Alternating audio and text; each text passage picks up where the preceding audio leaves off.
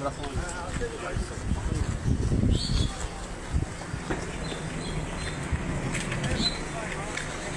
ওঠেন, আপনি সামনে ওঠেন,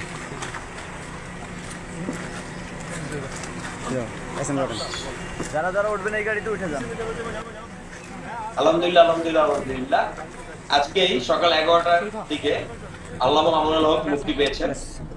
তাকে যেই একটি মামলায় তাকে যে গ্রেফতার করা হয়েছে দর্শন মামলায়, সেই মিথ্যা দর্শন মামলা থেকে অবশ্যই আজকে মুক্তি পেয়েছেন আল্লামা মামুনুল হক। আল্লাহ যার সাথে আছেন তিনিও, তাকে কেউ দাবিয়ে রাখতে পারবে না, এটা সবাই জানে। আল্লাহ আছেন বলে আজকে আল্লামা মামুনুল হক আমাদের মাঝে ফিরে এসেছেন। আপনারা কারা কারা আল্লামা মামুনুল হককে ভালোবাসেন, যারা ধর্মপ্রাণ মুসলমান রয়েছে আমার ভাই ও বোনেরা, আপনারা অবশ্যই কমেন্ট বক্সে কমেন্ট করে জানাবেন আপনারা কি আল্লামা মামুনুল হকের এই মুক্তির সুবাদে আপনারা খুশি নাকি অখুশি? অবশ্যই কমেন্ট বক্সে জানাতে ভুলবেন না। এবং আল্লামা মামুনুল হক মানে জেলখানা থেকে সারা পাই যে মোনাজাতে যে কথা বলেছেন সেটা আমরা একটু দেখে নিব। مجيد ربنا ظلمنا أنفسنا وإن لم تغفر لنا وترحمنا لنكونن من الخاسرين ربنا آتنا في الدنيا حسنة وفي الآخرة حسنة وقنا عذاب النار اللهم أحسن عاقبتنا في الأمور كلها وأجرنا من خزي الدنيا وعذاب الآخرة يا الله إخلاص সাথে শুধুমাত্র আপনার সন্তুষ্টির উদ্দেশ্যে আপনার দ্বীনের ঝান্ডা সমুন্নত করবার জন্য হে আল্লাহ আমাদের বুকে আপনি সাহস দিন, হে আল্লাহ সাহস দিন, হিম্মত দান করুন। আল্লাহ আপনার নুসরতকে, আপনার সাহায্যকে আমাদের শামিলে হাল করে দিন। হে আল্লাহ আপনি আমাদেরকে সাহায্য করুন। আমরা সংখ্যায় কম, শক্তিতে দুর্বল, হে আল্লাহ সর্বদিক থেকে আমরা অপ্রতুল, কিন্তু আপনার সাহায্য সাথে থাকলে আল্লাহ পৃথিবীর কোন শক্তি আমাদেরকে রুদ্ধ করতে পারবে না, পরাস্ত করতে পারবে না। হে আল্লাহ আমরা আপনার সাহায্য চাই। হে আল্লাহ জালিমের জিন্দানখানাগুলোতে সারা বিশ্ব জুড়ে অসংখ্য মুজাহিদিন, অসংখ্য মুসলিম সংগ্রামী, তারা দিনের পর দিন, মাসের পর মাস, বছরের পর বছর মানবেতর মজলুমিয়াতের জীবন যাপন করছেন। হে আল্লাহ সকল মজলুমদেরকে আপনি মুক্তির ব্যবস্থা করে দিন।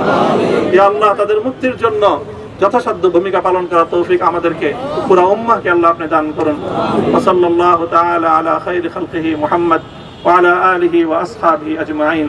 হে আল্লাহ হেফাজতে ইসলামের সংগ্রামে হাটহাজারীর আমার যে ছাত্র, যে সন্তানগুলো শাহাদাত বরণ করেছিল, ব্রাহ্মণবাড়িয়ায় আমাদের যে সকল ভাইয়েরা, সন্তানেরা শাহাদাত বরণ করেছিল, শাপলা চত্বরে আমার যে সকল ভাইদের রক্তে ঢাকার রাজপথ রঞ্জিত হয়েছিল, হে আল্লাহ এই শাহাদাতগুলোকে তুমি কবুল করো।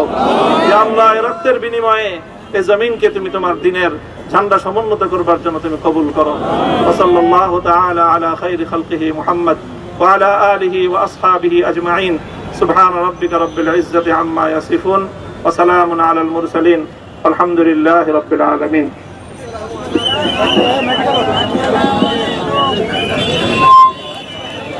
তো আপনারা তো সবাই শুনলেন যে আল্লামা মামুনুল হক সাহেব মোনাজাতে কি দোয়া করেছেন।